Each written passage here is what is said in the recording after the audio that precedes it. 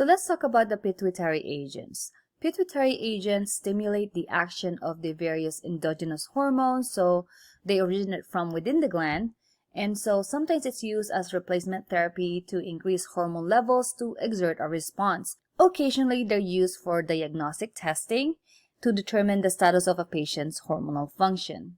Examples of these medications include humotrope or somatropin. The mechanism of action of somatropin is mimicking endogenous growth hormone. So this is from a purified recombinant DNA. This is actually derived from a bacteria, E. coli. The therapeutic effects of this medication is skeletal growth, so increases bone length, cell growth, which is basically increasing the number of skeletal muscle cells. Indications or reasons why we give this medication include replacement of growth hormone due to growth hormone deficiency and HIV wasting due to the antiviral treatment. Some precautions and contraindications include closed growth plates, diabetes mellitus, and some neoplasm. Especially with neoplasm, it makes sense because if you have something growing, right, you don't want it to grow even more because growth hormone will have that effect to make something grow even more. The side effects include weakness, muscle pain, and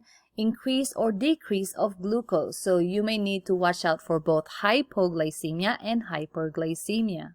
The next medication is sandostatin or octreotide. The mechanism of action of octreotide is basically mimicking endogenous somatostatin, and it is not really fully understood how it works. In addition, it is also an antagonist to the growth hormone, so blocks growth hormone. The therapeutic effect on the GI tract includes increase in fluid and electrolyte reabsorption and decreases the release of secretions. In addition, it also decreases endogenous growth hormone. Although not listed here, another therapeutic effect of octreotide is vasoconstriction. It causes vessels to constrict. This function is actually very important. This therapeutic effect is very important because we use this medication as well in the presence of GI bleeding or gastrointestinal bleeding.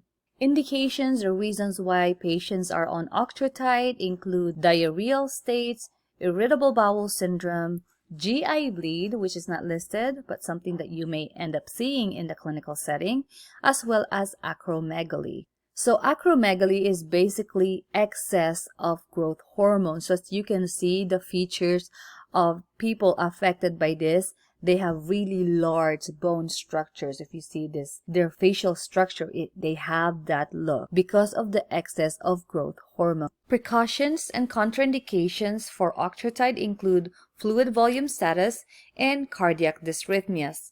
Some side effects include abdominal discomfort, nausea, and pancreatitis. Next drugs include DDAVP or desmopressin or pitracin or vasopressin. The mechanism of action of these drugs include mimicking the endogenous antidiuretic hormone. So what does that do? It basically decreases the water loss in the renal tubules. It also causes vasoconstriction in the smooth muscle and vascular bed. Therapeutic effects include decrease in diuresis, basically decrease in urinary output, so decreased urination, and decreased bleeding because of the vasoconstriction, and pitracin or vasopressin, right? Because we're causing vasoconstriction, it can also increase the blood pressure. So this can be also used in the presence of shock state wherein the blood pressure is too low. So you will see this in a critical care setting being administered intravenously. Indications include central or nephrogenic diabetes insipidus. So central, basically the origin of the diabetes insipidus is more from the central nervous system, and then nephrogenic diabetes insipidus is more from a defect in the kidney tubules. So what happens in DI, it causes extreme thirst and heavy urination, so excessive urination. So the defect, when it's kidney related, the kidneys are unable to properly respond to the antidiuretic hormone, causing heavy or severe frequent urination. Another indication, as mentioned previously, control of bleeding, especially in the presence of esophageal varices and GI or gastrointestinal hemorrhage. It also helps with vasodilatory shock with hypotension. So again, because it causes vasoconstriction, this is also used as a vasopressor. So a medication that causes vasoconstriction and it causes the blood pressure to go up. Some precautions and contraindications include some fluid and electrolyte imbalance and cardiovascular disease. Side effects include water intoxication as well as angina and myocardial infarction. Nursing actions, so definitely it is very important to continue ongoing assessment for both therapeutic effects as well as adverse effect, and as well as ensuring appropriate use and lab data. If we know that it is going to affect certain organs or certain electrolytes, then we need to make sure that we're checking those labs before and after the use of these medications.